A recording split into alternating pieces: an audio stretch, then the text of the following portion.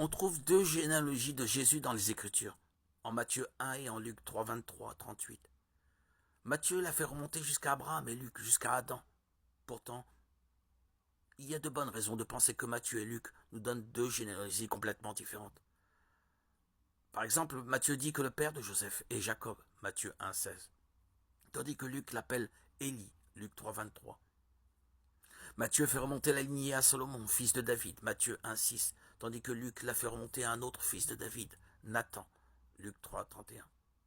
En fait, entre David et Jésus, les seuls noms que les deux généalogies ont en commun sont Shealtiel et Zorobabel, Matthieu 1, 12, Luc 3, 27. Certains mettent en avant ces différences comme des preuves que la Bible contient des erreurs.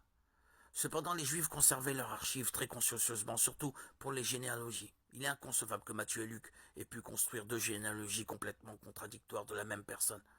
Encore une fois, de David à Jésus, leurs deux généalogies sont totalement différentes. Même Shealtiel et Zorobabel font probablement référence à des personnes différentes, portant le même nom.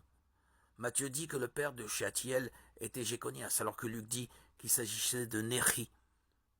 Il était normal pour un homme du nom de Shealtiel d'appeler son fils Zorobabel, en référence au personnage célèbre qui portait ce nom. Je vous invite à lire les livres d'Esdras et de Néhémie. Une explication possible proposée par l'historien de l'église Eusèbe est que Matthieu a retracé la lignée primaire biologique de Jésus, tandis que Luc a pris en compte les mariages lévira. Si un homme mourait sans avoir de fils, la tradition voulait que son frère épouse sa veuve et lui donne un fils qui porterait le nom du défunt. Bien que cela soit possible, il est peu probable que toutes les générations de David à Jésus aient pratiqué le mariage lévira, car les différences entre ces générations étaient énormes. D'après Eusèbe, Melki, Luc 3, 24, et Matin, Matthieu 1, 15, ont tous deux été mariés à la même femme, que la tradition appelle Esther.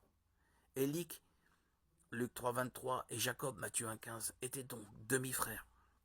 Ensuite, Élie est mort sans avoir de fils, et son demi-frère Jacob a épousé sa veuve, qui a donné naissance à Joseph. Ainsi, Joseph était le fils d'Élie, sur le plan légal, et le fils biologique de la Jacob. Matthieu et Luc donnent donc la même généalogie, celle de Joseph. Mais Luc suit sa lignée légale, tandis que Matthieu suit sa lignée biologique. La plupart des exégètes conservateurs actuels adhèrent à une autre hypothèse selon laquelle Luc donnerait la généalogie de Marie et Matthieu celle de Joseph. Matthieu suivrait la lignée de Joseph, le père légal de Jésus, par Salomon, fils de David, tandis que Luc suivrait la lignée de Marie, mère biologique de Jésus, par Nathan, fils de David. Étant donné qu'il n'y a pas de mot grec pour gendre, Joseph était considéré comme le fils d'Élie par son mariage avec Marie, la fille de ce dernier. Par ces deux lignées, Jésus est un descendant de David, donc éligible pour être le Messie. Il est inhabituel de retracer une généalogie maternelle, mais le fait que Jésus soit né d'une vierge est également inhabituel. L'explication de Luc est que Jésus était comme on le croyait, fils de Joseph. Luc 3, 23.